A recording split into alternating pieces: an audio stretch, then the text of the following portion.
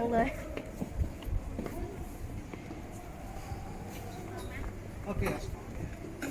ถ้าเราตก This road, yeah.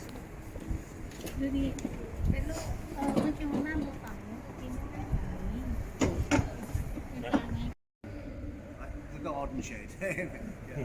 When I first came to Chelsea many years ago, I came to this end of the stadium with my father, with my dad, yes. And this is where we came to. This was where we stood, and the reason why I say stood is because back then there were no seats. This was back in the, showing my age here, late 1960s. I was a small, slightly higher in the middle than at the side. Yes. That assists the natural drainage. So that's by design. But not like oh dear. Yeah. Yeah. But that means before the match. เขาไปเล่นก่อนมันเป็นรองเท้าแบบ No. ไม่คือ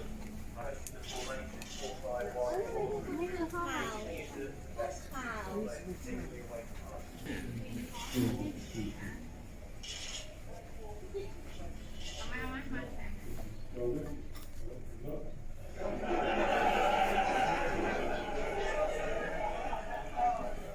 มีห้องแถลงข่าวเรื่องลูกเรือไทยด้วย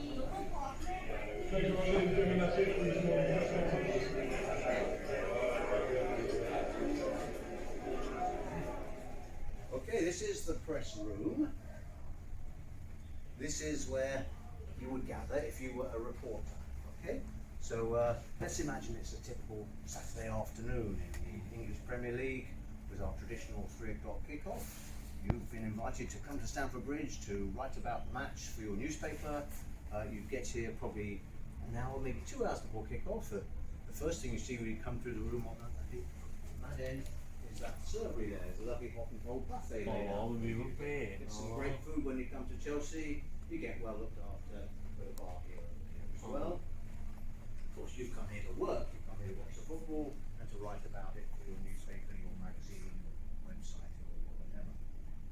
Valued commercial partners of Chelsea, of course, Singer Beer are the beer sponsor for Chelsea. Singer is available in all our bars and restaurants.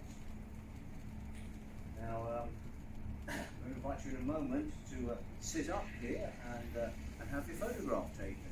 Because this is the most important feature of the room, the desk. This is where we used to do called player unveilings. When a new player signed for Chelsea, he'd be sitting here holding up his new shirt, big smiles, shaking hands with the directors. Okay guys, should we have some photographs? First, the visitors dressing together. And Franz Beckenbauer did the same, great German player for Bayern Munich. This is a shirt of a team called New York Cosmos, where he played out his days. Eusebio, fantastic Portuguese player.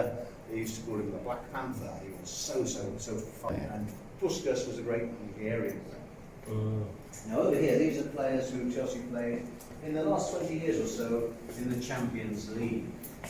Now Nini played for AC Milan. These are players from the Real Madrid team that Chelsea beat recently in the semi-final of the Champions League. Hazard used to play for Chelsea, now plays for Real Madrid.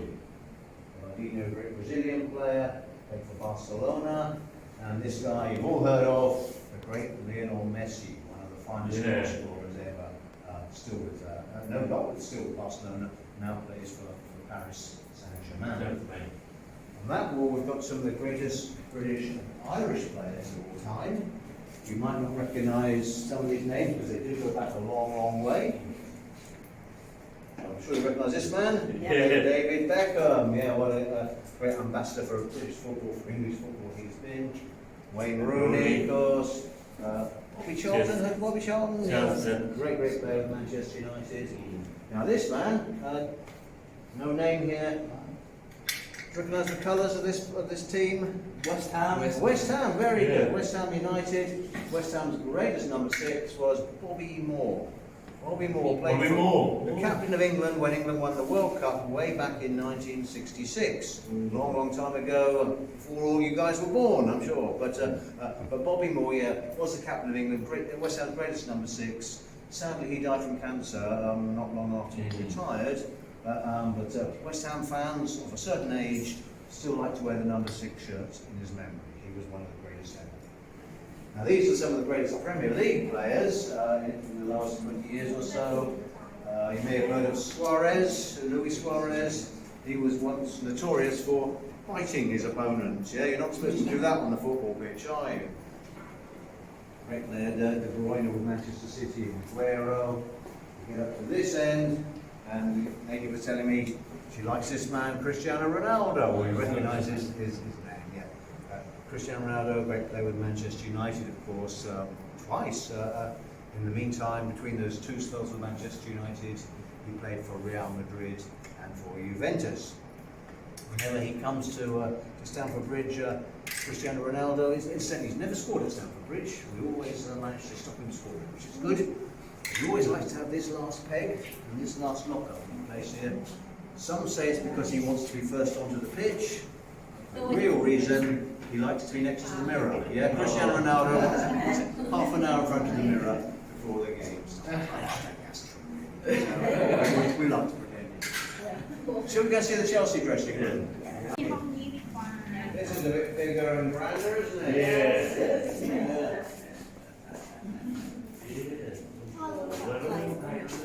พ่อรู้จักใครบ้างไหมคะ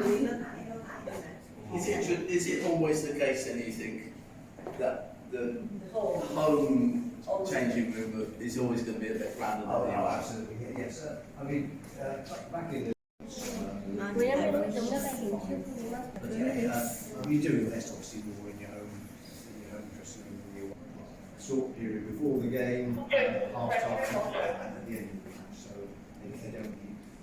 they don't need luxury, shall we say.